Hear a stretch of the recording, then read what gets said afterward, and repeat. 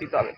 এটাকে নিয়ে বিজেপি তার মতো ধর্মীয় রাজনীতি করার চেষ্টা করছে, অনেকে ধর্মীয় রাজনীতি করার চেষ্টা করছে। এটা সামাজিক ব্যাধি, সমাজের সমস্ত স্তরের মানুষকে দিয়ে এই ব্যাধিকে দূর করতে হবে। প্রশাসনের, পুলিশের একটা পার্ট আছে, আইবি বলেন বা ডিআইবি যেটাকে আমরা বলি, তাদের কাজই হচ্ছে এই ধরনের কোনো অপকর্ম ঘটার আগেই সেটাকে তারা আঁচ করবে এবং পুলিশকে দিয়ে সেটাকে আটকাবে। কিন্তু আমরা কি দেখছি, তার উল্টো। শুধু বিরোধীদেরকে আটকানোর জন্য আইবি ডিআইবি কে কাজে লাগানো হয়, এসবি কে কাজে লাগানো হয়। এই ধরনের ঘটনাকে আটকানোর জন্যই যে গোয়েন্দা বিভাগ আছে সেটা সম্পূর্ণরূপে ব্যর্থ হচ্ছে।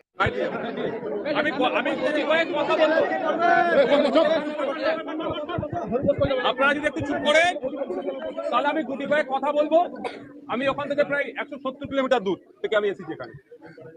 আমি তাদের নামে ডাইরেক্ট নামগুলো শুনেছি। কি কি নাম? পারিজাত গাঙ্গুলি আর দীপক দাস। এফআইআর এ যাদের প্রথম দুজনের নাম আছে তাদের দুজনের মনে হয় একজন এখনো গ্রেফতার, একজন হয়েছে আর একজন হয়নি। যার 1 নম্বরে নাম আছে হয়নি। হয়তো শুভেন্দু অধিকারী মমতা ব্যানার্জির মাধ্যমে ফোন করে বলেছে যে ওটা আমার আদরের ছেলে, ওকে গ্রেফতার করবে না, ওই জন্য হয়তো গ্রেফতার করেনি।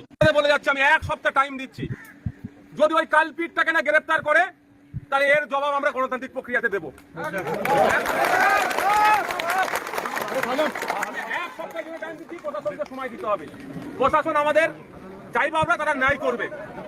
ছাতা লাগবে না আমার বাপের মেরে মাথা ফাটিয়ে 8টা সেলাই করে দিল, আমার মাথায় ছাতা, আমার ছাতার দরকার নেই।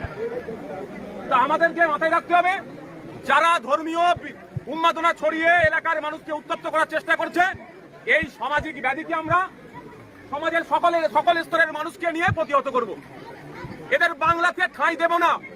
সম্প্রীতির বাংলা, ঐক্যের বাংলা, এই বাংলাতে যারা সম্প্রীতি বিনষ্ট করার চেষ্টা করবে তাদের বিরুদ্ধে আমরা এক হয়ে লড়াই করব।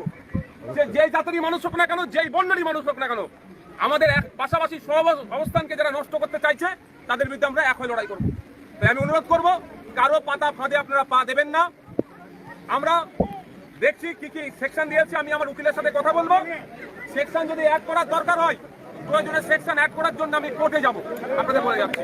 শুনলেন ভাঙড়ের বিধায়ক এবং আইএসএফ এর একমাত্র বিধায়ক নওশাদ সিদ্দিকী, তিনি কি বার্তা দিলেন, কি বললেন।